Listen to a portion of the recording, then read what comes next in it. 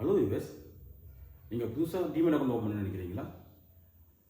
So இந்தியாவில் எந்த stock broker பெஸ்ட்டான ஸ்டாக் புரோக்கர்? வாங்க ஒரு ஸ்டாக் புரோக்கர்ஸுடைய என்னென்ன ஆப்ஷன்ஸ்லாம் அவங்க ப்ரொவைட் பண்ணுறாங்க, எது நமக்கு சூட்டபுளான டிமெட் அக்கௌண்ட் ஓப்பன் பண்ணுறதுக்கான பெஸ்ட் புரோக்கர்ன்றதை இந்த வீடியோவில் நம்ம பார்ப்போம். Hello friends, welcome to my channel. ஒரு பிகினராக ஷேர் மார்க்கெட்டில் இன்வெஸ்ட் பண்ணலான்னு நினைக்கும் போது நம்மளுக்கு நிறைய டவுட்ஸ் வரும். எந்த broker கிட்ட அக்கௌண்ட் ஓப்பன் பண்ணலாம், எந்த broker நம்ம அக்கௌண்ட்டை சேஃபாக மெயின்டைன் பண்ணுவாங்க, எந்த broker பெஸ்ட்டான சர்வீஸை ப்ரொவைட் பண்ணுவாங்க, எந்த broker கம்மியான டேக்ஸ் பிடிப்பாங்க, இந்த மாதிரி எல்லா டீட்டெயில்ஸும் இந்த வீடியோவில் நான் உங்களுக்கு எக்ஸ்பிளைன் பண்ண போகிறேன். ஸ்டாக் புரோக்கரில் 2 டைப்ஸ் ஆஃப் broker இருக்காங்க. ஒன்று ஃபுல் சர்வீஸ் broker, இன்னொன்று டிஸ்கவுண்ட் broker.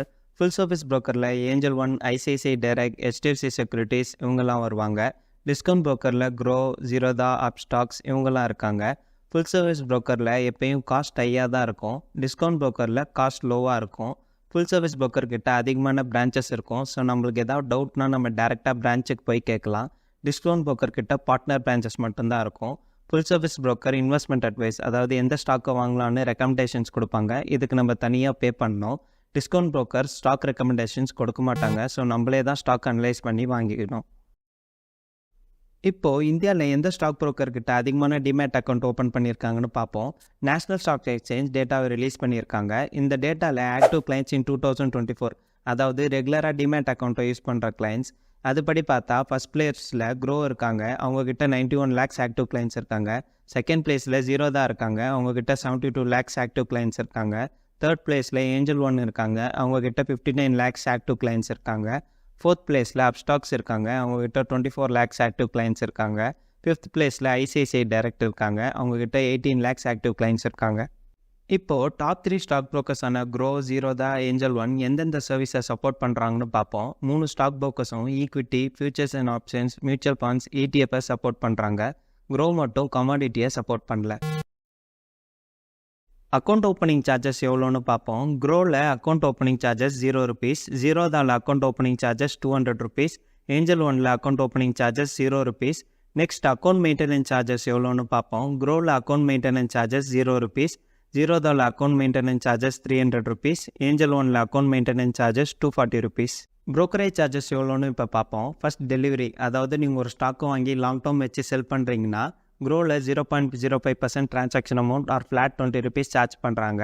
சிம்பிளாக சொல்லணுன்னா 0.05% அமௌண்ட்க்கு 13 rupees தான் வருதுன்னா அதை சார்ஜ் பண்ணுவாங்க. இதுவே 0.05% அமௌண்ட்க்கு 70 rupees வருதுன்னா ஃப்ளாட்டாக 20 rupees மட்டும் தான் சார்ஜ் பண்ணுவாங்க. ஜீரோதாவில் டெலிவரிக்கு 0 rupees தான் சார்ஜ் பண்ணுறாங்க. ஏஞ்சல் ஒன்லேயும் டெலிவரிக்கு 0 rupees தான் சார்ஜ் பண்ணுறாங்க. செகண்ட் இன்ட்ராடே, அதாவது ஒரு ஸ்டாக்கை வாங்கி சேம் டேலே செல் பண்ணுறீங்கன்னா க்ரோவில் 0.05% ஆர் ஃப்ளாட் 20 rupees சார்ஜ் பண்ணுறாங்க. ஜீரோதாவில் 0.03% ஆர் ஃப்ளாட் 20 rupees சார்ஜ் பண்ணுறாங்க. ஏஞ்சல் ஒனில் 0.25% ஆர் ஃப்ளாட் 20 rupees சார்ஜ் பண்ணுறாங்க. ஃபியூச்சர்ஸ்க்கு க்ரோவில் ஃப்ளாட்டாக 20 rupees சார்ஜ் பண்ணுறாங்க. ஜீரோதாவில் 0.03% ஆர் ஃப்ளாட் 20 rupees சார்ஜ் பண்ணுறாங்க. ஏஞ்சல் ஒனில் 0.25% ஆர் ஃப்ளாட் 20 rupees சார்ஜ் பண்ணுறாங்க. ஆப்ஷன்ஸ்க்கு க்ரோவில் ஃப்ளாட்டாக 20 rupees சார்ஜ் பண்ணுறாங்க. ஜீரோதாவில் ஃப்ளாட்டாக 20 rupees சார்ஜ் பண்ணுறாங்க. ஏஞ்சல் ஒனில் 0.25% ஆர் ஃப்ளாட் 20 rupees சார்ஜ் பண்ணுறாங்க. இப்போது எந்த ஸ்டாக் புரோக்கரை செலக்ட் பண்ணலான்னு பார்ப்போம். இந்த ஸ்டாக் புரோக்கர் தான் செலக்ட் பண்ணணும்னு ஸ்ட்ரெயிட்டாக சொல்ல முடியாது. அது ஏன்னா ஒவ்வொரு இன்வெஸ்டரோட ரெக்குயர்மெண்ட்ஸும் வேறு வேறையாக இருக்கும். எனக்கு ஒரு ஸ்டாக் ரெக்கமெண்டேஷன் வேணும் அப்படின்னு நினைக்கிறவங்க ஏஞ்சல் ஒன்னை செலக்ட் பண்ணலாம். நான் அதிகமாக பை பண்ணி செல் பண்ணுவேன், நிறையா டிரான்சாக்ஷன்லாம் பண்ணுவேன் அப்படின்னு நினைக்கிறவங்க, இல்லை எனக்கு ஸ்டாக் அனாலிசிஸ் பண்ண நிறைய டேட்டா வேணும்னு நினைக்கிறவங்க ஜீரோதாவை செலக்ட் பண்ணலாம். நான் ஸ்டாக் மார்க்கெட்டுக்கு புதுசு, எனக்கு ஈஸியாக மியூச்சுவல் ஃபண்ட்ஸ்லாம் இன்வெஸ்ட் பண்ணணும் அப்படின்னு நினைக்கிறவங்க க்ரோவை செலக்ட் பண்ணலாம். ஃப்ரெண்ட்ஸ், இந்த வீடியோவில் டாப் 3 ஸ்டாக் புரோக்கர்ஸை பற்றி டீட்டெயிலாக பார்த்தோம். இந்த வீடியோ உங்களுக்கு பிடிச்சிருந்தா வீடியோவை லைக் பண்ணுங்கள், என் சேனலுக்கு சப்ஸ்கிரைப் பண்ணுங்கள். நீங்கள் பண்ணுற ஒவ்வொரு சப்ஸ்கிரைபரும் என்னை இன்னும் மோட்டிவேட் பண்ணி என்னோட நெக்ஸ்ட் வீடியோவை இன்னும் பெட்டராக கொடுக்க முடியும்.